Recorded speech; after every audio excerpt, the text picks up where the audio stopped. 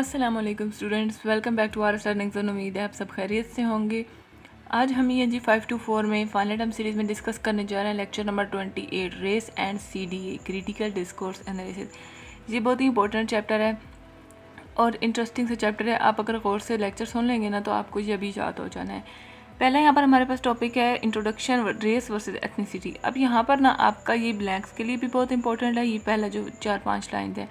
उसके बाद ये क्विज़ के लिए भी इंपॉर्टेंट है, और अगर क्वेश्चंस ऐसे आ जाएं डिफरेंशिएट बिटवीन या डिफाइन रेस, इस तरह से भी इंपॉर्टेंट है। ठीक है, तो हम इसको पढ़ लेते हैं। अगर आप चैनल पर नए हैं तो जल्दी से चैनल को सब्सक्राइब कर दें और वीडियो को एंड तक क्लास में देखा करें। इंट्रोडक्शन रेस वर्सेस एथनिसिटी अब क्या है, पहले तो हम पढ़ लेते हैं कि रेस क्या होता है। तो रेस का ताल्लुक जो है ना वो आपके refers to personal physical characteristic. जो आपका रेस का ताल्लुक है वो किसके साथ है, आपके फिजिकल यानी कि जिस्मानी फीचर से होता है। जैसे कि स्किन कलर में हो गया, ब्राउन हो गया, वाइट हो गया, ब्लैक है। उसके बाद आपका बोन स्ट्रक्चर है, आंखों का रंग है, बालों का रंग है। तो ये चीज़ आपके रेस में आती है। Race refers to a personal physical characteristic such as bone structure and skin, hair और आई कलर। अब नेक्स्ट हम पढ़ लेते हैं कि एथनिसिटी क्या है। एथनिसिटी किसके साथ, ये रेफर्स टू है culture factors including nationality, regional culture, ancestry and language. Ethnicity का ताल्लुक आपकी कल्चर और सोसाइटी से होता है। जैसे कि नेशनैलिटी है, जैसे पाकिस्तानी, जर्मन, इस तरह की ज़बान होगी जो आपकी यानी कि लैंग्वेज है। उसके बाद जो आप जहाँ पर रह रहे हैं उस एरिए के कल्चर और वैल्यूज़ हैं।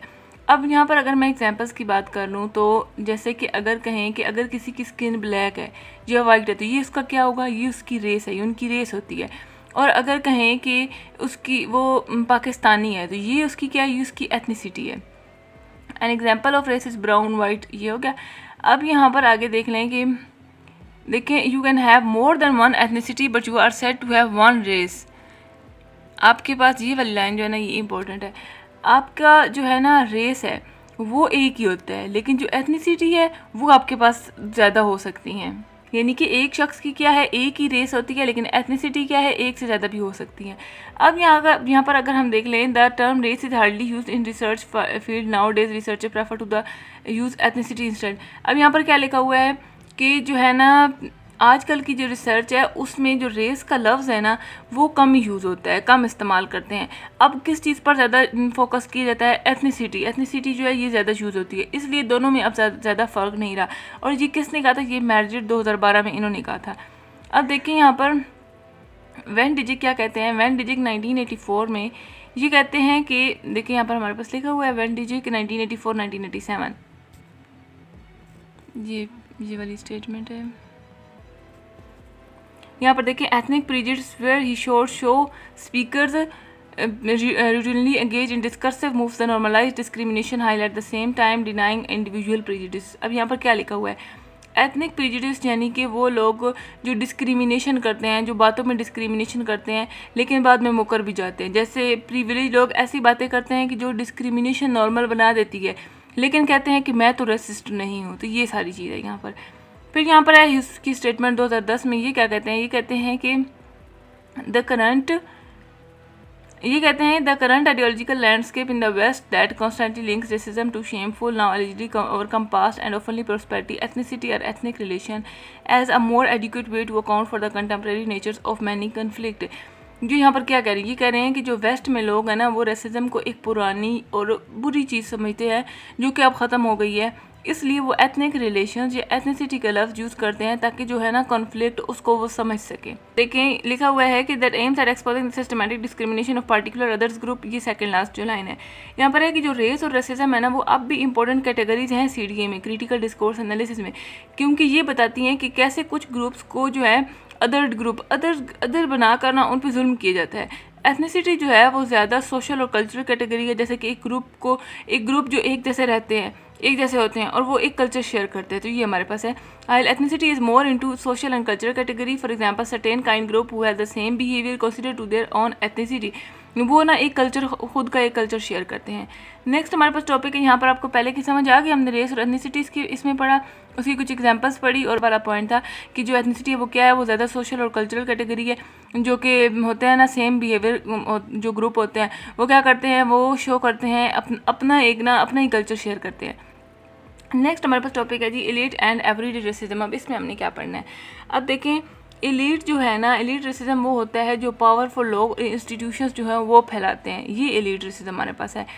अब देख लें यहाँ पर क्या है कि अब ये लोग कौन होते हैं जो पावरफुल लोग हैं और इंस्टीट्यूशंस। तो अब इन लोगों में अगर हम बात करें कि ये कौन से होते हैं, तो ये होते हैं जो पॉलिटिशियंस हो गए, उसके बाद मीडिया चैनल्स हो गए, स्कूल जो एजुकेशनल सिस्टम हो गए।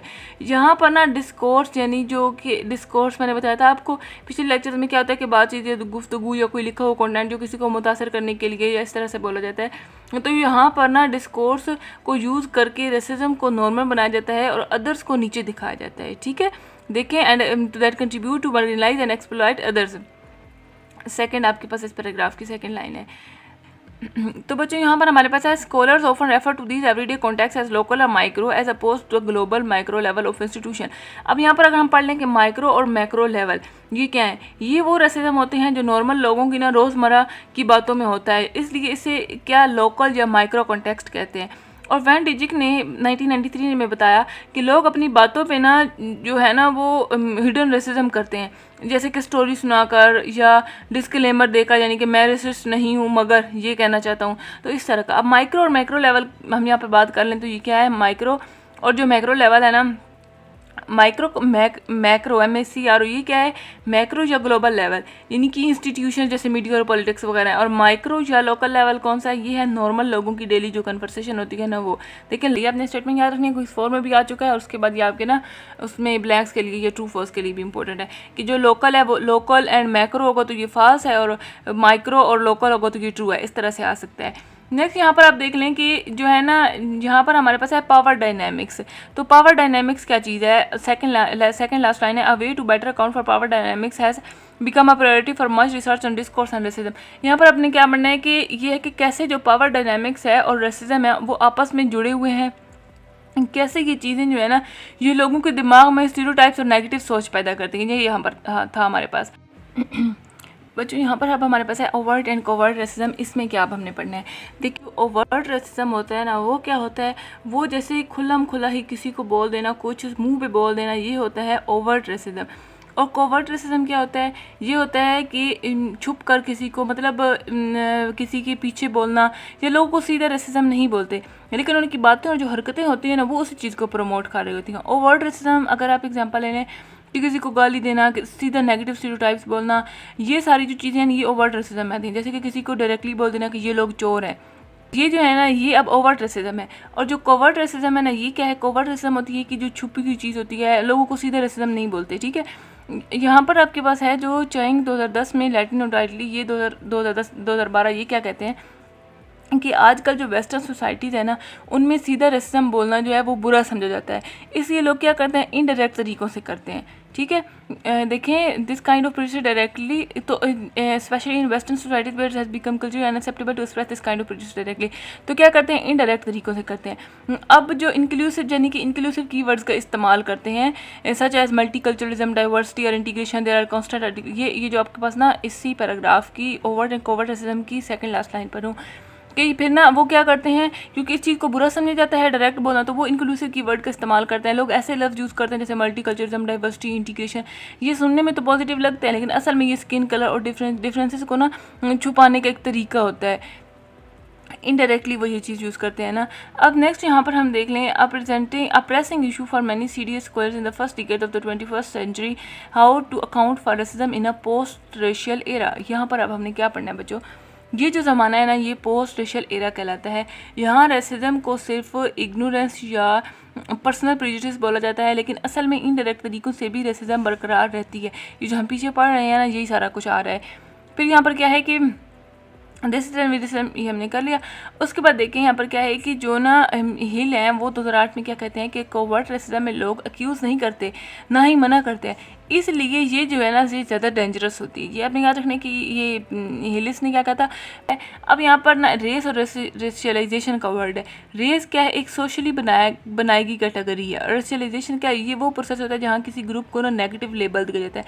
जैसे ब्लैक को अनएजुकेटेड कहना और मुस्लिम्स को, देखें ब्लैक और मुस्लिम, ब्लैक को क्या जाएगा अनएजुकेटेड और मुस्लिम को क्या कहता है terrorist, become fix synonym, terrorist को, मुस्लिम को टेररिस्ट बनाना। मैक मास्टर यहाँ पर कहते हैं कि ये सिर्फ सोच नहीं बल्कि ये पॉलिटिकल, लीगल और सोशल डिस्क्रिमिनेशन का सिस्टम होता है। अब देखें कि रेस का असल मतलब क्या है। यहाँ पर हमारे पास नेक्स्ट यही आता है कि रेस का असल मतलब क्या है। तो रेस जो है ना ये है हमारे पास सोलोमस और माइस और ये थैंडर्स 1995 में ये क्या कहते हैं कि race is a product of racism and not vice versa. जो रेस जो है ना वो रेसिज्म का नतीजा है, ना कि रेसिज्म रेस का। यानी रेस को रेसिज्म नहीं बनाया है, ठीक है। रेस रेसिज्म का है लेकिन रेसिज्म रेस का नहीं है, यानी रेस को रेसिज्म ने बनाया है, ये आपने चीज़ याद रखनी है। अब लास्ट वाला हम यहाँ पर अगर पॉइंट देख लें, racialization is the useful theoretical lens. यहाँ पर क्या लिखा हुआ है कि रेसिलाइजेशन जो है ना ये एक इंपॉर्टेंट लेंस है जो बताता है जो कि बताता है कि लोगों को जो स्टिग्मा और स्पेसिफिक लेबल्स दी जाते हैं, और ये बताता है कि कैसे ये सब जो चीज़ें ये रेसिज्म को नॉर्मल बनाती हैं। तो ये था ये हमारे पास आज का टॉपिक। इस में हमने क्या पढ़ा, रेस और रेसिलाइजेशन का पढ़ा, मुस्लिम को क्या सिनोनिम दिया जाता है, उसके बाद ब्लैक को क्या दिया जाता है। नेक्स्ट यहाँ पर हमने ओवर्ट और कोवर्ट रेसिज्म पढ़ा कि ये क्या होते हैं, और जो वेस्टर्न सोसाइटीज़ है वहाँ पर क्या चीज़ बेहतर समझी जाती है और कौन से इंक्लूसिव कीवर्ड्स होते हैं। उसके बाद यहाँ पर हमने पोस्ट रेशियल एरिया का पढ़ा, और बस यही चीज़ें जो थी आज हमने पढ़ी। जो नेक्स्ट हमारे पास टॉपिक है यहाँ पर टॉपिक 4 द इंटीग्रेशन डिस्कोर्स। अब इसमें हमने क्या पढ़ना है, यहाँ पे आपने ये याद रखना है EU यूरोपियन यूनियन और गुलिम के। यहाँ पर हमने अगर आर्ग्यूमेंट्स यहाँ पर आप समझ आर्ग्यू करता है तो यहाँ पर एक अपना ही आर्ग्यूमेंट देना है, वो क्या है। तो गुलिम कहते हैं कि अगर हम रेसिलाइजेशन और वाइडनेस को समझें और डिस्कोर्सेज का डीपली एनालाइज करें तो हमें पता चलेगा कि कैसे जो है ना ये जो विजिबल कवर्ट है ये रेसिज्म है ये EU की पॉलिसीज़ में कैसे घुसा हुआ है, ठीक है। तो उसके बाद यानी जो इमिग्रेशन पॉलिसीज़ और डॉक्यूमेंट्स बनाए जाते हैं ना उनमें भी बायस होता है। तो नेक्स्ट हम यहाँ पर देख the study examined immigrants multicultural inequality in the EU। तो ये क्या करता है, यानी कि ये EU वाला हमारे पास हो गया था। उसके बाद ये जो है ना ये स्टडी क्या दिखाती है, ये हमें 3 चीज़ें दिखाती है। और क्या चीज़ दिखाती है, इमिग्रेशन, मल्टीकल्चरलिज्म और inequality in the EU। Inequality दिखाती है और कैसे EU इंस्टीट्यूशंस कुछ इमिग्रेंट्स को प्रेफर करते हैं और कुछ को नहीं करती, ये चीज़ें यहाँ पर हमें दिखाती है। ये यहाँ पर आप बच्चों नेक्स्ट देखें interplay of culture and economic aspect, underline word है। तो ये यहाँ पर हमारे पास हमने क्या पढ़ना है कि जो looked specifically looked at EU institution as a fundamental side of reproduction.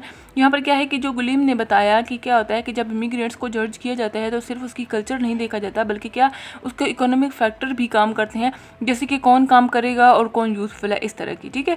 तो नेक्स्ट आप यहाँ पर देख लें कि कितनी तरह की क्रिटिक्स हमारे पास हैं। Analysis focus on the critics in 3 different, देखें आपने ये याद रखना है कि in 3 different but interrelated way. Underline ही नहीं हो रहा ये वाली चीज़, ठीक है। 3, 4, 4th लाइन में ये चीज़ है, ठीक है। अब यहाँ पर आपने याद रखनी है कि जो है ना 3 तरह के क्रिटिक्स थे।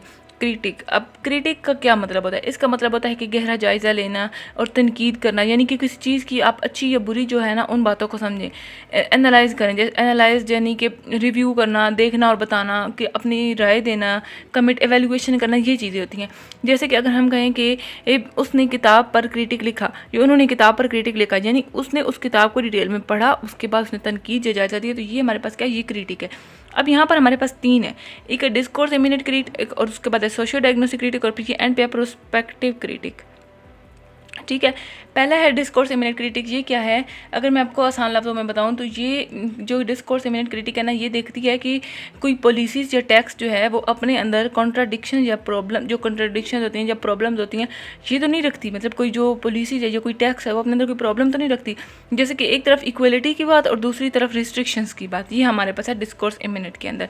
Identifying internal contradictions or dilemmas within a practice, ये अपने ब्लैंक्स के लिए ये जो आपकी 3-4 लाइनें ये मोस्ट इंपॉर्टेंट लाइन है। उसके बाद सोशल डायग्नोस्टिक क्रिटिक में क्या है, ये जो है ना ये सोशल थ्योरी से देखकर बताती है कि कोई प्रैक्टिस जो है वो मैनिपुलेटिव तो नहीं है। Manipulative draws on social theory and contextual knowledge to point out the manipulative character of some discursive practices. फिर हमारे पास है प्रोस्पेक्टिव क्रिटिक। ये क्या करता है, ये हमारे पास करता है कि जो इंसाइट मिले ना उसको इस्तेमाल करके कम्युनिकेशन को बेहतर बनाना, ये हमारे पास है प्रोस्पेक्टिव क्रिटिक्स। अब देखें contribute to the improvement of the communication. Next हम यहाँ पर देख लें हमारे पास क्या है कि जो इमिग्रेशन और यहाँ पर EU का इनलार्जमेंट दिया हुआ है, सच एज EU इनलार्जमेंट और सोशल, ये चीज़ें इसमें हमने क्या पढ़ना है। ये जो गेट्स है ना, गेट्स जो भी है 2008 में, ये कहते हैं कि इमिग्रेशन को जो है ना वो सोशल पॉलिसीज़ और EU एनलार्जमेंट से अलग नहीं दिखाया जा सकता। ये जो सब चीज़ें ये आपस में जुड़ी हुई हैं। उसके बाद यहाँ पर मैक मास्टर, कुछ अगर हम हिस्टोरिकल बैकग्राउंड्स पढ़ लें तो जो मैक मास्टर हैं वो क्या कहते हैं, 2001 में ये क्या कहते हैं, ये कहते हैं कि 1970 में जब यूरोप में इकोनॉमिक रिसेशन था ना, तब भी सिलेक्टिव इमिग्रेशन पॉलिसीज बनाई गई। वाइट इमिग्रेंट्स को अलाउ करते रहे, लेकिन जो दूसरे इमिग्रेंट्स थे उनको रोकने की कोशिश की गई थी। यानी रेसिजन सिर्फ जो है ना वो एक बहाना था स्ट्रिक्टर मेजर्स के लिए। फिर यहाँ पर हमारे पास नेक्स्ट है, यहाँ पर देखें national identity and sovereignty seen as undertake from the barbaric hoods, mac master 189 की जो हमारे पास पेजेस लिखे हुए हैं, इसमें अब क्या पढ़ना है, ये है कि बारबेरिक होल्डर्स यानी कि आउटसाइडर्स आकर नेशनल आइडेंटिटी और सोवर्निटी को ख़त्म कर देंगे, बारबेरिक होल्डर्स। इसलिए उन्होंने क्या किया, उन्होंने इंटीग्रेशन का लफ्ज़ यूज़ करना शुरू कर दिया, लेकिन असल में उन्होंने ना लीगल और पॉलिसी हायरार्ची बना दी, जिसमें कुछ लोग जो थे वो प्रेफर्ड थे और कुछ वो थे वो डिसप्रेफर्ड बन गए थे। हमारे पास यहाँ पर है टॉपिक इंटीग्रेशन एंड कंट्रोल। इसमें हमने क्या पढ़ना है, पहली लाइन है आपके पास मोस्ट इंपॉर्टेंट एमसीक्यूज़ के लिए, जो कि इंटीग्रेशन डिस्कोर्स है वो एक ऐसा प्रोसेस है जो कि कंट्रोलिंग इंस्टीट्यूशनल फ्रेमवर्क को क्या करता है, प्रोडक्ट भी है और प्रोड्यूसर भी है। यानी कि इंटीग्रेशन का कॉन्सेप्ट सिर्फ बनाया नहीं गया, बल्कि वो ना खुद भी इंस्टीट्यूशंस को कंट्रोल करने का एक ज़रिया बन गया है। फिर हमारे पास यहाँ पर है कि जो ईयू है ना पॉलिसीज़, उनमें लिखा गया कि इमिग्रेशन लॉ में इंटीग्रेशन मेजर ज़रूरी है, लेकिन कुछ ऐसे सवाल थे जो क्लियर नहीं थे, जो कि अनआंसर्ड थे। वो कौन से थे कि ये why are integration measure needed, what exactly will they consist of, who will be responsible for them and what are the perceived consequences if they are not implemented. यानी कि इंटीग्रेशन मेजर की ज़रूरत क्यों है, इसका मतलब क्या है, किसका जिम्मा है, और अगर ये नहीं हुआ तो इसका नतीजा क्या होगा। तो नेक्स्ट हमारे पास analysis reveal that in their initial statements all the documents present integration within a unital framework. अब यहाँ पर ना जो है हमारे पास गुलीम ये कहते हैं कि जो सारे डॉक्यूमेंट्स हैं वो इंटीग्रेशन को ड्यूअल नेचर में देखते हैं, और जिसे यूनिटल फ्रेमवर्क कहते हैं। यूनिटल का मतलब होता है कि दो चीज़ें मिलकर ना काम करें। फिर यहाँ पर हमारे पास लिखा हुआ है टू वे फिनोमेना, कि ये जो है ना ये टू वे फिनोमेना होता है, यानी कि इमिग्रेंट्स के फ़र्ज़ भी है और जो होस्ट सोसाइटी हैं उनके भी कुछ हकूक़, उनकी भी कुछ जिम्मेदारी हैं।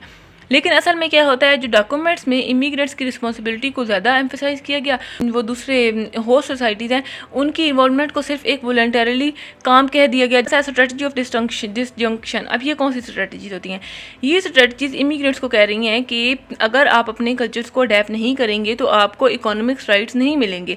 यानी एक डाइकोटोमस और हायरार्चिकल फ्रेमवर्क बन जाएगा, जो है ना राइट्स सिर्फ तब मिलेंगे जब ऑब्लिगेशंस जो हैं वो पूरे होंगे, फ़र्ज जो हैं वो पूरे होंगे। नेक्स्ट हमारे पास टॉपिक है कि कंक्लूजन में हमने क्या पढ़ना है, रेस और रेसिज्म का रोल। यहाँ पर अगर हम देख लें, can be important sides of theoretical and practical interpretation of ये ब्लैंक्स के लिए भी आपका इंपॉर्टेंट है। रेस और रेसिज्म का ना अब यहाँ पर क्या रोल है, रेस और रेसिज्म जो है वो बहुत इंपॉर्टेंट है, क्योंकि ये हमें समझाते हैं कि कैसे डिस्कोर्सेज जो हैं वो सोशल इनइक्वालिटीज़ को दोबारा बनाते हैं। और रिसर्च में दिखाया गया कि ये जो दोनों कॉन्टेक्स्ट में लोग ना कुछ पैटर्न तरीक़ों से रेसिज्म को नॉर्मल बना देते हैं, जैसे कि अस वर्सेस देम की कहानियाँ बना के, या एसेंशियलाइजिंग डिस्कोर्स जो जैसे कि एक ग्रुप को सिर्फ एक ट्रेड से डिफाइन करना, इस तरह से। इसके बाद यहाँ पर हमारे पास दिया हुआ है कोवर्ट रेसिज्म के चैलेंजेस कौन से हैं। तो on the other hand covert form of racial discrimination tends to remain unscrutinized. ये है कि कोवर्ट रेसिज्म जो है ना वो अक्सर स्क्रूटनाइज नहीं होता, इसलिए ये आइडियोलॉजीज़ को नॉर्मल कर देते हैं। फिर है क्रिटिकल, यहाँ पर हमारे पास है critical cultural approach. In this sense, a critical cultural approach to discourse study stand at an optimal position to perform a challenge. ये अब क्या चीज़ है, देखिए बच्चों, रट्टा मारना मुश्किल होता है, लेकिन जो चीज़ आपको लिखी हुई है, हाईलाइट है, आपके लिए इंपॉर्टेंट है, वो अगर आपको समझ आ गई ना आसान लफ्ज़ों में, तो वो आपके लिए याद करना आसानी थोड़ी हो जाती है। और ये जो है ना ENG 524 ये ऐसी है कि इसमें आपको इसमें ब्लैंक्स आती हैं। अगर क्वेश्चन आ जाए तो बंदा फिर भी अपने कॉन्सेप्ट वहाँ पे लिख सकता है। ब्लैंक्स आती है और अपने वही वर्ड लिखना होता है जो फिर ब्लैंक्स में आ रहा होता है। ट्रू फॉल्स होते हैं, वो अगर आपको कॉन्सेप्ट क्लियर होगा कि हाँ वहाँ पर मैंने ये चीज़ पढ़ी तो आपको पता होगा कि ये चीज़ ट्रू है या फॉल्स है। अब यहाँ पर हम पढ़ रहे थे क्रिटिकल कल्चरल अप्रोच, तो ये क्या है, क्रिटिकल कल्चरल अप्रोच के ना अप्रोच डिस्कोर्स एंड ऑप्शनल, यहाँ पर ग्राउंडेड इन 4 मेन गोल्स। यहाँ पर क्या 4 मेन गोल्स, ये आपने याद रखने की जो क्रिटिकल अप्रोच है ये 4 गोल्स रखती है। कितने गोल्स रखती है? 4 गोल्स रखती है। अब यहाँ पर क्या है, कीवर्ड टू आइडेंटिफाई, पहला जो हमारे पास है to identify the keyword and specific keyword and practices that matter at particular time and particular place.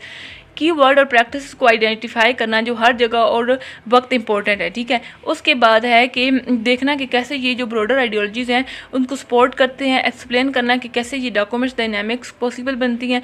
And to last जो हमारे पास and two documents and propose way in which they can be and already being undone, कि इनको ना suggest करना कुछ।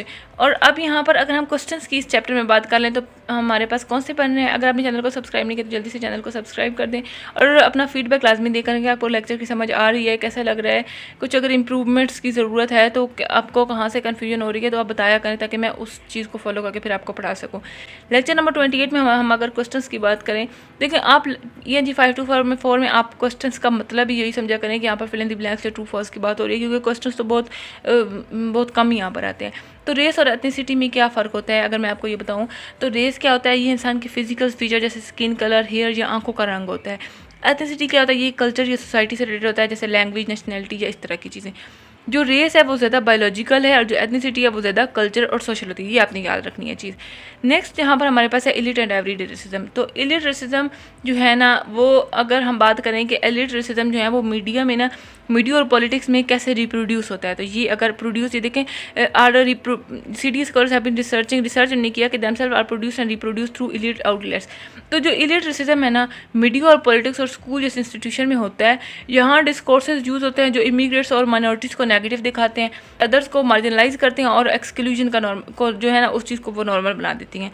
ठीक है, नेक्स्ट अगर यहाँ पर हम बात करें तो माइक्रो और मैक्रो लेवल वाला ये आपने याद रखना है।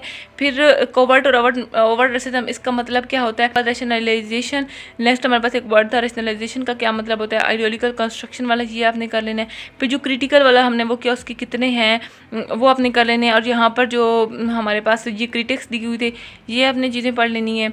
और उसके बाद इंटीग्रेशन डिस्कोर्स क्या होता है, ये बोथ प्रोडक्ट एंड प्रोड्यूसर्स होते हैं। ड्यूटेंटर फ्रेमवर्क क्या होता है, और नेक्स्ट बस यही था आज का लेक्चर। तो ये था जी हमारा आज का lecture number 28। I hope everything is clear now. मिलते हैं जी नेक्स्ट लेक्चर नंबर 29 के साथ। मुझे अपनी दुआ में याद रखिएगा और अपना ख्याल रखिएगा। अल्लाह हाफिज़।